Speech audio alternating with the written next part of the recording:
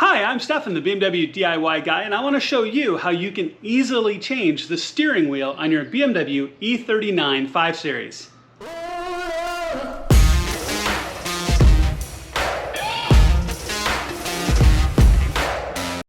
All right, so let's talk about the why here really quickly. So there's a lot of different ways of doing this and a lot of different reasons to do this. Maybe your existing OEM steering wheel is all beaten up. Maybe you want to upgrade to something different. Maybe you want to change to another OEM steering wheel. And so doing this is really not all that hard. You just have to be really careful about it. One of the first things you absolutely want to do is unplug your battery. So you're going to be working with your airbag this whole time. You know, keep in mind it's a mild explosive. It's an electrically controlled explosive, right? So always pull the negative post on your battery. Now in an E39, all you have to do is pull out the bottom of your trunk space, pull that out, set it aside. You'll see your battery exposed right there. Lift the cover, 10mm nut, and you can pull the ground post off, and then you're good to go there. So there's a couple of different ways of doing this. Now, one of the first things that we're going to be looking at is that the E39 steering wheel is a little bit different than a lot of the other steering wheels out there. Now, this one in particular is an OEM E46. Now, to get these off and get the airbag off first, normally what you do is you have to press in a tool through the side and press on this little retaining spring, pressing it inward, which releases the clip on one side of the airbag, and then you do it on the other, and then the airbag would come out. Now, on the E39, it's entirely different and a little bit unusual. They actually have it's either T27 or T30 torx bolts that are actually in very similar positions to these on either side of the stocks on the back that you have to come at from an angle. But you actually have torx bolts securing down the airbag. So what we need to do is take those out first, and then we can gently start to lift out the airbag. So I want to show that to you. It's either going to be a T27 or a T30. Now, I've checked this car and it is a T30, and I'm going to use it on a long extension. You have to turn the steering wheel so you can get to that bolt on each side. So let me rearrange the camera a little bit. Let me show you what that looks like, and we'll get this swapped out. All right, so when you turn it 90 degrees left and right, you get the stock turned, and you can get to the back of these T30s. Now, I find that for whatever reason, coming at it from the bottom, you have a very strange angle and you can't seem to quite get a T30 on it, whether I've got a T30 driver or a socket. But you can get to the top one. So what I found most helpful is I took the T30 socket on a short extension and kind of maneuvered until I could feel the T30 set, and then I brought my wrench up and got my wrench on it and turned the wrench.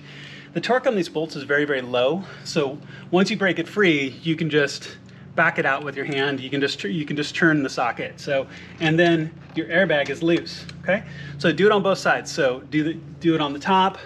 Turn your steering wheel so the other stock is straight up. Get to it, and then as you can see, your airbag is now loose.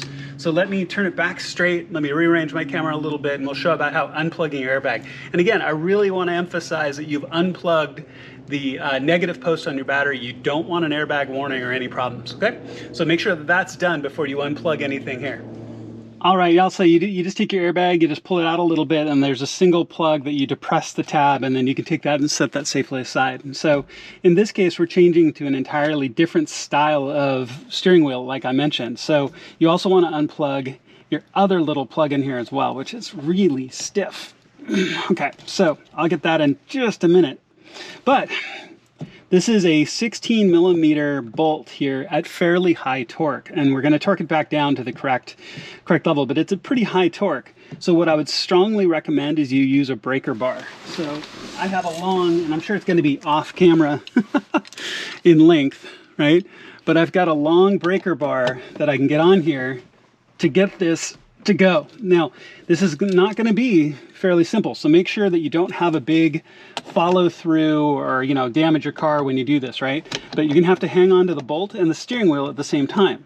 You might want to use a second person to help you keep all of this straight, but you're gonna have to get this to break free, and like I said, it's pretty high torque. Once you have that, and again, you want to be super careful as we go through all of these steps. Break this bolt free, take the bolt out, unplug. We're going to unplug the wiring harness for the buttons as well. Now, once we have this bolt out, and I'm going to say it a couple of times, so I'll say it now and I'll say it again, we're looking for a mark, because when you put the new steering wheel on, it has to go in the exact same orientation. So look for a notch mark on your steering wheel. Now this one has one, and hopefully you'll be able to see it right here.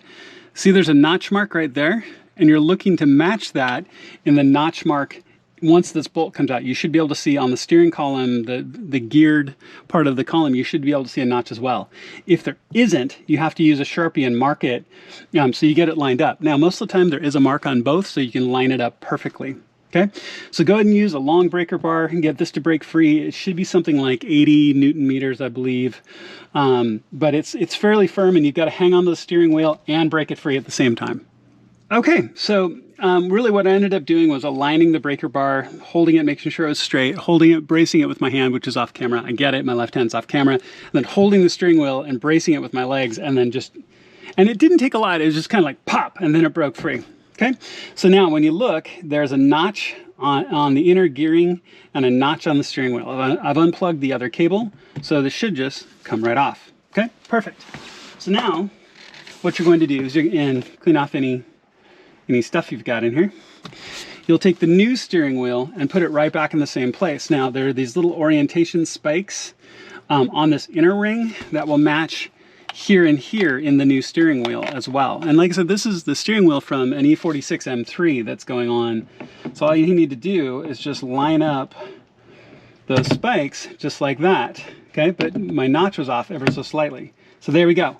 So now when I look at this, my notch in the steering column and my notch on the steering wheel are exactly matched up. Really simple. And it matches these little spikes on that orientation collar in the back.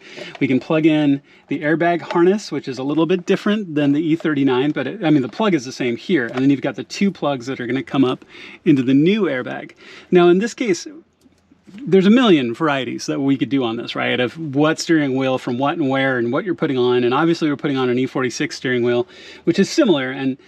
But what plugs go where are going to be individual for you and what you're putting back on. Now in this case, obviously I've got an E46 airbag and it's going to put this on. And then this will plug in as well for all the buttons and the controls. But all in all, as you can see, this isn't hard. You just have to be really careful when you do it, that you don't get an airbag warning and that the steering wheel is aligned correctly. Okay, so I'm going to get both of these plugged back in. I'm going to triple, quadruple check to make sure that my steering wheel is aligned right. And then we're going to be really close to being done. Okay, so super simple. So I've got the airbag plug back in, I've got the button controls plugged back in, and then these will plug into the new airbag. Now the bolt I've just screwed in by hand. I've got a good digital torque wrench. I finally invested in one. It is 80 Newton meters. And there's gonna be a fair amount to go here, so I won't make you sit through all of this. But basically just tight it down. There we go. Well, we're about tight. So I'm bracing with my hands. So that's 30. So it's going to be fairly tight. Now, and again, if you have another set of hands that can help hang on to you or help hang onto the steering wheel for you, that might help. But if not, hold with one hand, brace with the other, and we're going for 80 Newton meters. Make sure that this is torqued down correctly. Once that's done, we'll put the airbag in, and you're done. Okay, so this is a different style. So as we took the airbag off the previous steering wheel where we had those T30s, this actually has these spring clip styles that you see so commonly. Those T30s are a little strange. So with the new style, if you're changing to a similar steering wheel, obviously if you're changing to the same, like a refresh or something, then put it back on, put it back into place, screw those T30s back into place, right? And the torque on those T30s is really low. It's like 8 Newton meters, so it's gonna be very low.